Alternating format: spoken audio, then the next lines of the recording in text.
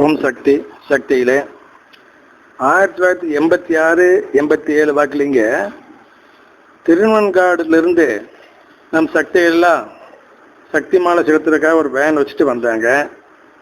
60 வந்து எல்லாம் இரும்புலாம் செலுத்தி முடிச்சாச்சு.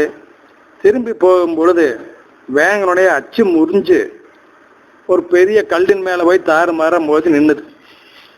வண்டிக்கு தான் அடிய ஒழிய அதில் பயணம் செய்த நம் சக்திகளுக்கு யாருக்குமே எந்த வித சிறிய காயம் கூட இல்லைங்க.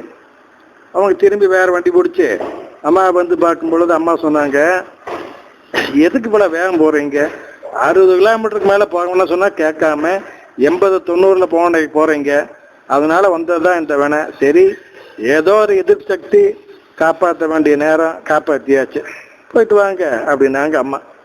அதே மாதிரி பாருங்க, இன்னொரு பக்தருக்கு அம்மா எப்படி அருள் பாலிக்கிறாங்கன்னு. வயிற்று வலியால் அவதிப்பட்ட ஒரு திருமணமாகாத பெண், மன்ற தலைவருடைய மகள், எவ்வளோ எல்லாம் வைத்தியமெல்லாம் பார்க்குறாங்க. கடைசியில் ஆப்ரேஷன் பண்ணாதான் குணமாகனு சொல்கிறாங்க. ஆப்ரேஷன் பண்ணவருக்கு வசதி இல்லை. ஆனால் அவங்க கெட்டிக்காரங்க என்ன பண்ணுறாங்க, அந்த பொண்ணு தினமும் அம்மாவுடைய மந்திரங்களை தொடர்ந்து படிச்சுட்டே இருக்கிறாங்க. எந்திரிச்சு நடமாட முடியல, ஆனால் மந்திரம் படிச்சுட்டே இருக்கிறாங்க. 15 நாள் கழிச்ச பின்னாலங்க என்னாச்சு, பகல் 11:30 மணிக்கு நம் குரு பகவானே நேரில் வந்து அந்த பொண்ணுக்கு சாப்பாடு ஊட்டி விட்டாங்க. அன்றையிலேருந்து அந்த பெண் நோய் நீங்கி நல்ல ஆரோக்கியத்தான் இருந்தாங்க. பிறகு கல்யாணம் நடந்ததுங்க. இப்படி பாருங்க அம்மாவுடைய அற்புதம். ஓம் சக்தி.